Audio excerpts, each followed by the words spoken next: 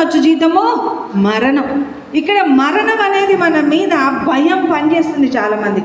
అయితే ఈరోజు మరణం ఉందా అంటే ఎస్ ఉంది. మరణ భయం నుండి మనల్ని విడిపించాలని దేవుడు కోరుకుంటున్నాడు.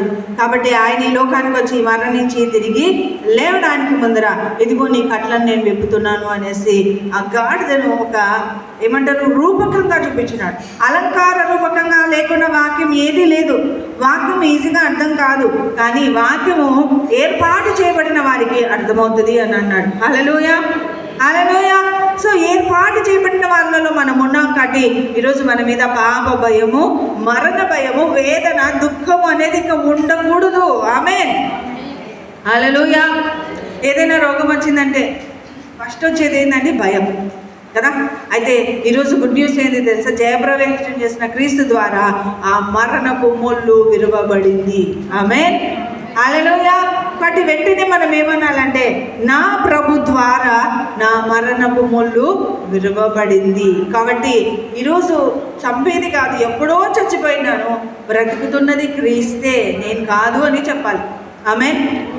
ఎప్పుడైతే నువ్వు అలా చెప్తావో నీలో ఉన్నవాడు లోకంలో ఉన్నవానికంటే గొప్పవాడు కనుక అపవాది యొక్క ముళ్ళు నీలో ఉండడానికి వీలు లేకుండా సమూల నాశనం చేస్తాడు. అంటే ఇక బ్యాక్టీరియా క్రీస్తు రక్తంలో జీవించదు, క్రీస్తు శరీరంలో ఉండడానికి వీలేదు. ఆమేన్, హల్లెలూయా.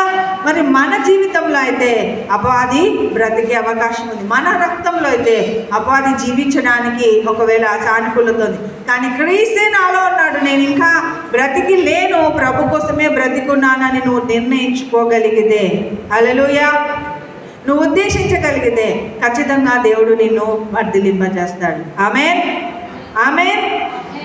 సరే, మరి ఇక్కడ చూడండి, రోగపు కట్లని తెంచివేస్తున్నట్ట. రోగం అనేది మన జీవితంలో ప్రతి ఒక్కరికి అస్వస్థతగా పిలువబడుతుంది కదా.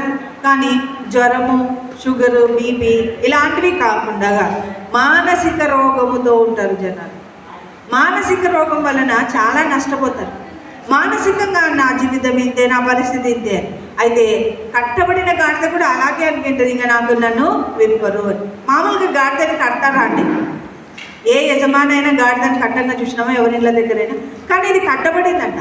ఎందుకు సింబాలికల్గా మన జీవితంలో సాతాను మనల్ని అనేక రీతిలో